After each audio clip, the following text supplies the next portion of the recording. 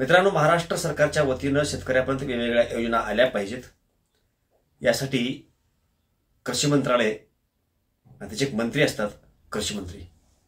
त्यांचं काम असतं शेतकऱ्याला न्याय देणे, शेतकऱ्यापर्यंत वेगवेगळ्या शासकीय लाभाच्या योजना पोहोचवणे, जेणेकरून शेतकऱ्याच्या आयुष्यामध्ये एक क्रांती निर्माण होईल, एक सुख समाधान येईल, आर्थिक उन्नती होईल.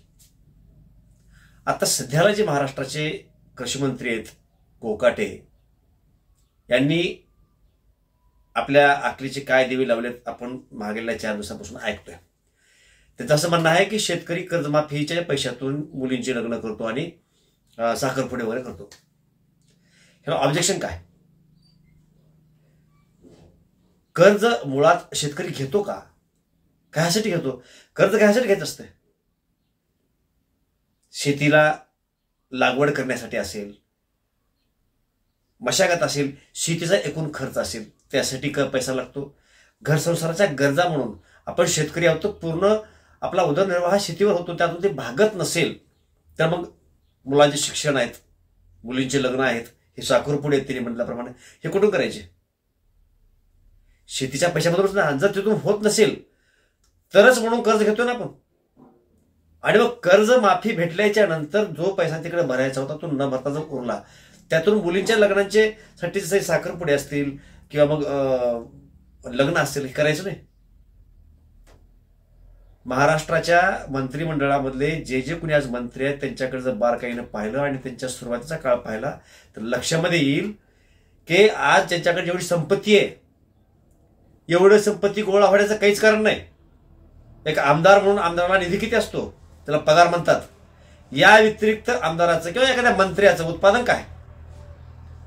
मग नगण्य उत्पादन, लिगली बोलतोय मी, नगण्य उत्पादन असेल तर तुम्ही कोट्याधीश होता कसे? आणि मग इतक्या कोटीनं पैसा तुमच्याकडे असेल तर तुम्ही तुमच्या मुलाबाळांचे लग्न करताल ना मोठमोठे कशी? तुम्हाला कोण जा विचारत नाही.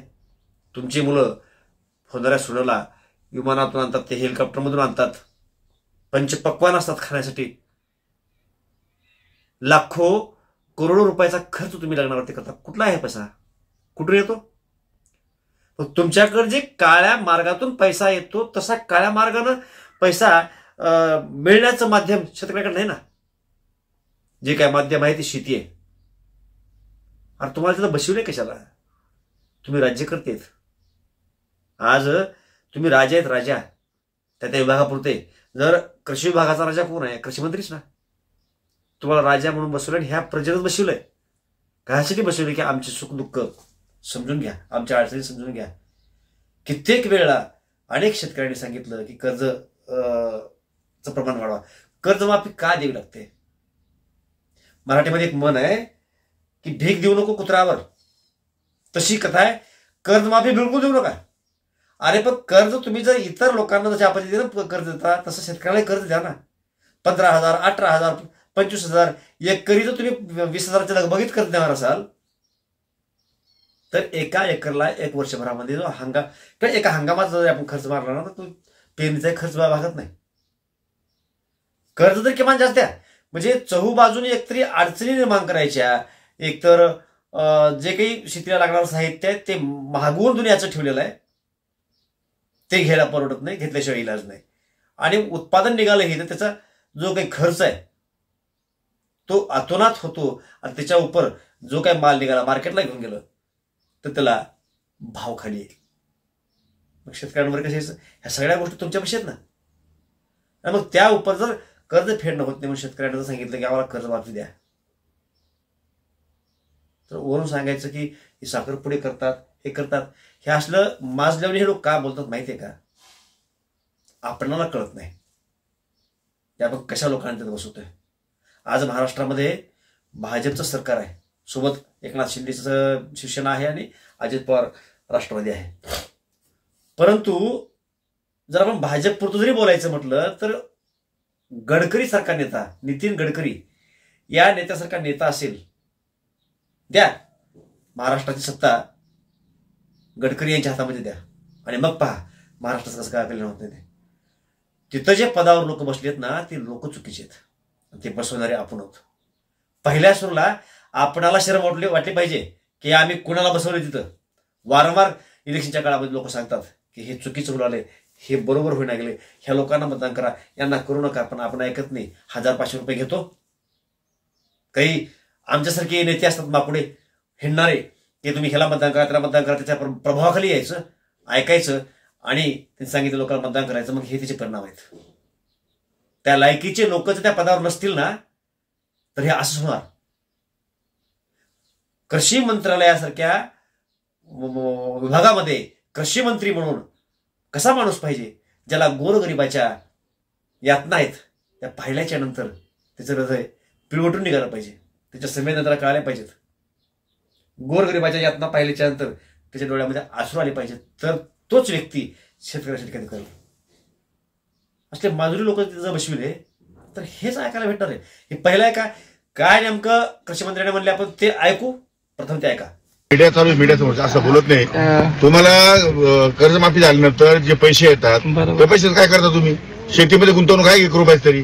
शेतकरी म्हणतो विम्याचे पैसे पाहिजे, याचे पैसे पाहिजे, मग साखरपुडे करा, मग लग्न करा. आता हे ऐकलं काही दिवसापूर्वी ह्या शेतकऱ्याबाबत कृषी मंत्र्यांनी काय बोलले होते ते पण ऐका. तुम्ही मला साधा गोष्ट सांगा, भिकारी सुद्धा 1 रुपया घेत नाही हो, आणि आम्ही 1 रुपयावर विमा देतो गव्हर्नमेंट, त्याचा गैरफायदा लोकांनी घेण्याचा प्रयत्न केला. एवढंच नाही, याही पूर्वी बोलले होते ते पण ऐका. कुठल्याही योजनेमध्ये 2-5% गैरप्रकार तर होतच असतात. ऐकलात. मग या वृत्तीचा माणूस जर त्या पदावरती बसला असेल तर तुम्हाला कसा न्याय मिळणार आहे? तुम्ही कोणाला मतदान करणार आहेत? करताय. अरे कवा आपण शाने होणार? मी मीडियामध्ये पाहत असताना अनेक लोकांच्या काही ह्या मुद्द्यावरती प्रतिक्रिया पाहिल्या.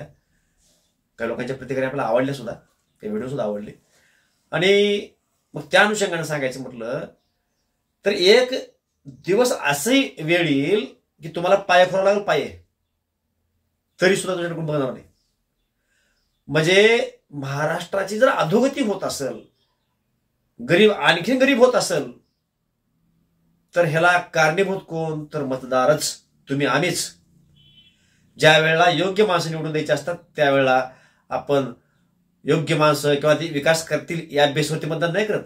त्यावेळेला विषय येतात हिंदू मुसलमान, बटेंगे तो कटेंगे, मराठा वंजारी, मराठा ओबीसी, अनेक विषय आहेत. तर त्यावेळेला ते फार लोक हुशार असतात. त्यांनी वाद निर्माण करायचे, मग तुम्ही आम्ही खाली भांडणं करायचे, मग हा आता आपला धर्म धोक्यात आहे, आपली जात धोक्यामध्ये आहे, आपण एखादा गेला पाहिजे. इलेक्शन संपला, विषय प्लस. अहो मी सुद्धा खेड्यापाड्यामध्ये राहतो. माझ्याही गावामध्ये 18 पगड जातीचे लोक आहेत, माझ्या गावात मुसलमान पण आहेत, मी हिंदू आहे, कधी आमचा वाद झाला नाही.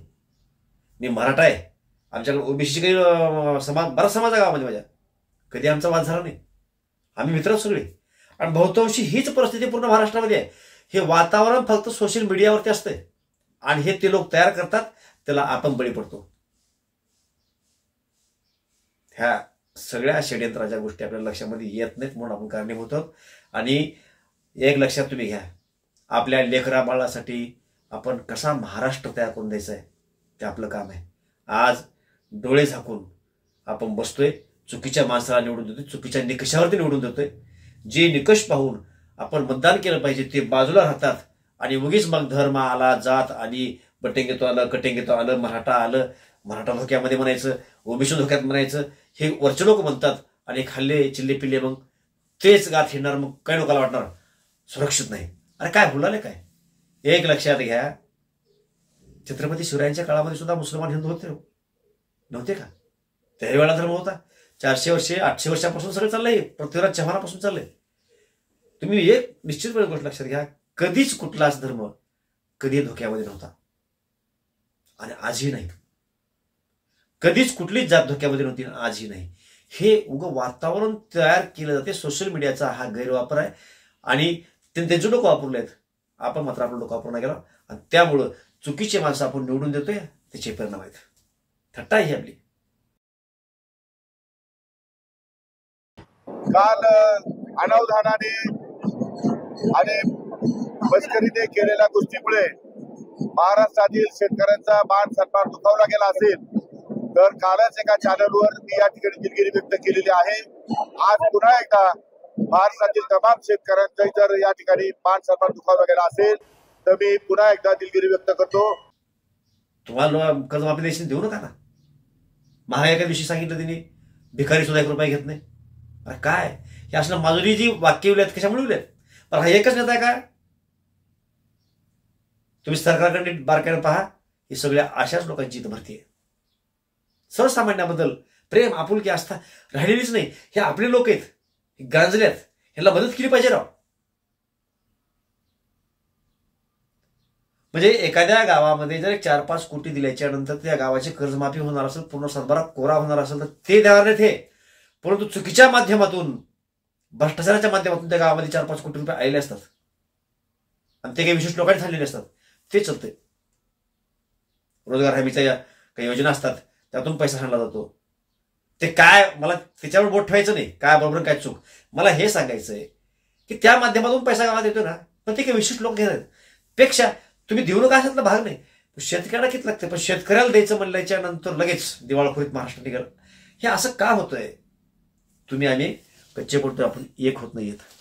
आणि ज्या वेळेला वेळ येते त्यावेळेला काही लोक सांगायला लागले की मग काही लोक सांगतात हा मराठा आहे, त्यानं मराठासाठी कोणलाय बघा, हा हिंदू आहे त्याने हिंदूसाठी काढले बघा, हा ओबीसी आहे हे ओबीसीसाठी कोणलाय बघा. आणि मग त्याच्या खाल्ले जे काही अनुयायी असतात मतदार ते त्यांचं ऐकतात. अहो काळ बदललाय, शानी व्हा. आज प्रत्येकाच्या हातामध्ये मोबाईल आहे, जग फार जवळ आलंय. स्वतः विचार करा. आमच्यासारखी कुणी बी येतील, काही सांगतील. तुम्हाला विकास करून पाहिजे असेल तर योग्य माणसाची निवड करा. माणसं निब्बर असली पाहिजेत आणि प्रामाणिक असली पाहिजेत. त्याचबरोबरीनं सर्वसामान्य, बारीक सारीक, गोरगरीब यांच्या वेदना पाहिल्याच्या नंतर त्यांच्या मनाला वेदना व्हायला पाहिजेत. तरच तुमच्या आमच्यापर्यंतचा विकास होऊ शकतोय. असेच लोक निवडून द्या. द्यायचे नसतील तुमची मर्जी.